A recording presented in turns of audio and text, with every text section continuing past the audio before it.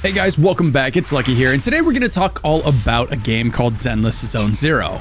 What is it? What's new? And most importantly, I'm going to show you some actual gameplay from the game because I've actually had the chance to get my hands on it and play it. And I've definitely got some thoughts on it, so we'll go over those as well. I'll toss a link to the game down in the description in case the game sounds interesting to you and you want to check it out for yourself. It's going to be releasing on PlayStation, Windows, Android, and iOS. And a massive shout out to miHoYo for sponsoring this video. So, Zenless Zone Zero, what is it and what is it not? Zenless Zone Zero is an urban fantasy action role-playing game with roguelike mechanics. You play as a character known as a proxy. Proxies are people who help others explore hostile alternate dimensions known as hollows. So while you're playing Zenless Zone Zero, you'll spend some of your time in a vibrant 3D world filled with happy humans, and other times you'll be dropped into the hollows where things are much darker and scarier. As you advance, you will recruit members to your party as you continue to fight the ethereal and other enemies. The game has an incredibly flashy and fast-paced combat that allows you to combine abilities of different members to fire off epic combos for big damage. One of the most satisfying parts of the combat in this game is going to be getting perfect parries. You're going to look for a flash of light on the screen, and when you see it, you're going to call in one of your other characters. They're going to leap into the battle, block the attack, and counter it, which is going to allow you to better chain all of your abilities from all your characters together. Getting really good at this timing and having it hit just right is just so satisfying. It's got great sound design, good visuals, and it's just a solid gameplay mechanic that makes avoiding damage feel that much more rewarding. All in all, it's an incredibly unique game. It's got a cool stylized art style with some really vibrant colors mixed in, and you definitely won't be able to play this game without noticing the upbeat, funky soundtrack. It's a vibe that I can definitely appreciate. Before we dive into a bunch of the gameplay, let's talk about what's new with the Amplifying test. They've added the combat challenge mode, which is going to let you dive straight into the combat anytime you want, and then it rates you on your performance while you're in there. And features like QTE and chain attacks. QTE, if you're not familiar, is quick time events where an animation will be playing on the screen. You'll get a pop-up where you'll have to react quickly and make a decision on what happens next. They've added new events. They've also added new daily active missions. And one thing that I know a lot of action game lovers are going to appreciate is the new dialogue skipping option, because this game is loaded with story, and the story looks to be pretty solid, especially for people that enjoy a good story in an RPG. However, I know there are a lot of people out there who, no matter how good the story is, they're going to want to skip it. They don't really care. They're all about getting to the next fight, the next action sequence, getting the next set of loot, right? And it really just doesn't matter how good the story is. They're never going to care about it. And so miHoYo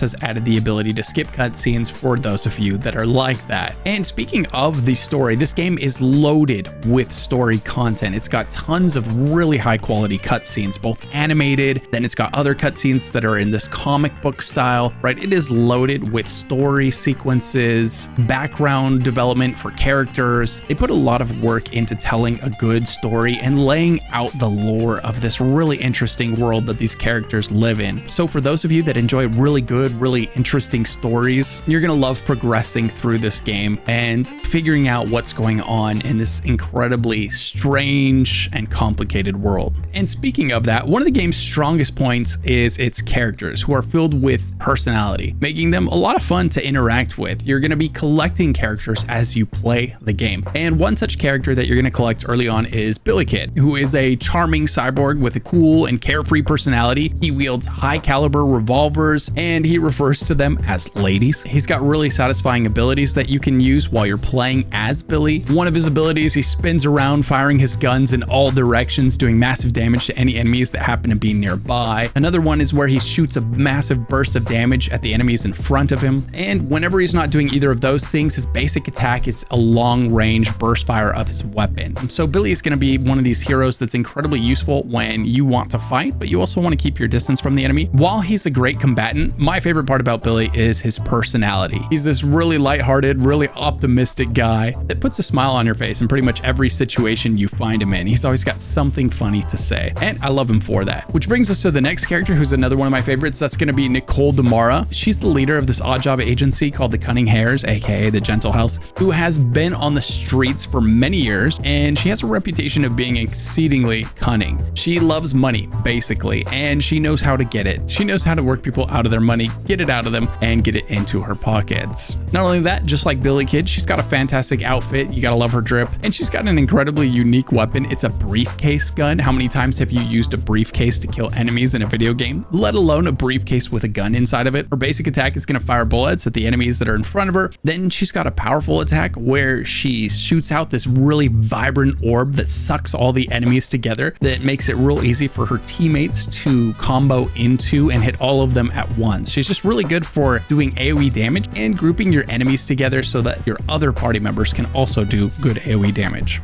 On top of that, her attacks are going to lower the defense of her enemies, which is always nice to have right before you send her companions in to do more damage after her. Most interesting of all is if she manages to do enough ether damage to her enemies, she can corrupt them and get them to attack each other. And so there's a lot of really cool interactions between her and Billy Kid, and they're just the tip of the iceberg. There are so many more characters to collect in this game. So now let me show you a little bit of gameplay in the game. You have a few different places that you spend your time inside of Zenless Zone Zero. One of which is going to be this town, which is where you exist in the real world, not in the alternate dimensions. You live in this cozy town here, and you've got your own little shop here called Random Play, where you run a little bit of a store, and that's going to be one of the mechanics in the game. But in this town, you've got all these little shops you can go to with other mini games and other side missions that you can accept and stuff like that in this nice little area. Alternatively, you can go and you can do these missions, the red exclamation points here, and sometimes they'll take you into the Hollow Deep Dive system, or as it calls it, the HDD. And in here we can say, let's say we wanted to do a main mission. So we would go ahead and say we wanted to investigate this. We'd pick our lineup of characters. Here's a few characters that I've collected so far. You might run into a bit of story somewhere along the line. Like right now, I've got a nice voice acted cutscene that's popped up. I'm gonna go ahead and skip this. We're gonna try not to spoil anything for you guys using the skip function that they've added to the game here. So we're skipping the story, which is the thing that I know a lot of people are gonna like. So right now we're in between the worlds, basically. You can kind of think of it like that. We're in the HDD, and what that means is in order to go from the real world to the hollows, we will be in the HDD, the Hollow Deep Dive system. And think of this place as kind of like this mini game that you perform here. And it feels a little bit like an old school RPG where you are traveling through here, and there's a little bit of puzzle mechanics, nothing too complicated. It's pretty straightforward, but you'll stumble into squares like this one, which are going to activate encounters. This is going to drop you into the hollows, and from there you'll be able to clear enemies, fight your way through it, collect some rewards, and all that good stuff. So now we're in the hollows, and we're going to fight these enemies.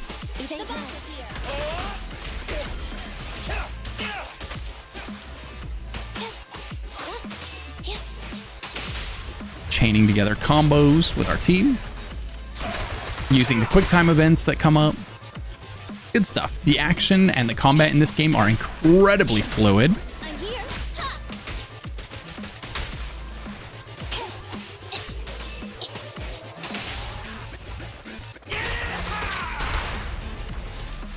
And I love the colors. It's just really vibrant.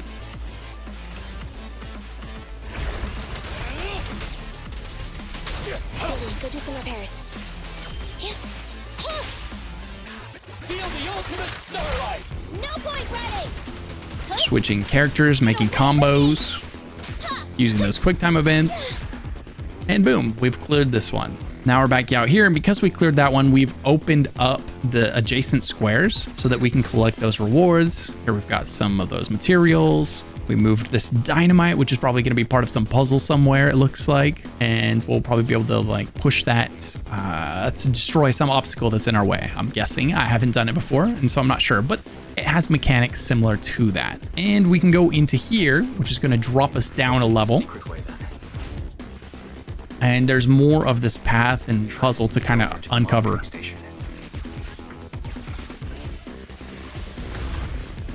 Well, and we've got this big boy to fight. So we'll do our best when we see that flash to hit those parries like that one there. Try to pay attention to the play a little bit so I can dodge some attacks here for you guys. Pinch your maneuver. Your end is here! Copy that. Okay. Bye-bye, suckers. Use our ultimate to finish him off. Feel the power of starlight! So why not? Make our way through the station. Oh, this is a big guy. Maybe we should save the ultimate for this guy, huh? Good parry there. So we'll try to land those. Got another one. Leave it to me! Another one. Let's clear him out! No point running. Huh? Easy target! Perfect! Quit moving! My turn here.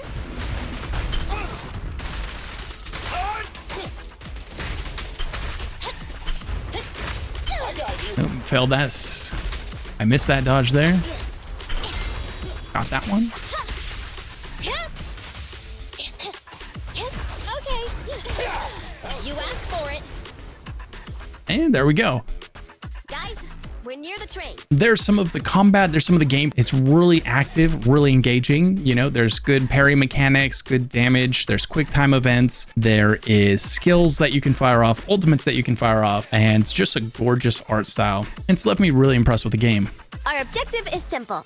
Take out the guards, seize the train, and head on out. Roger that!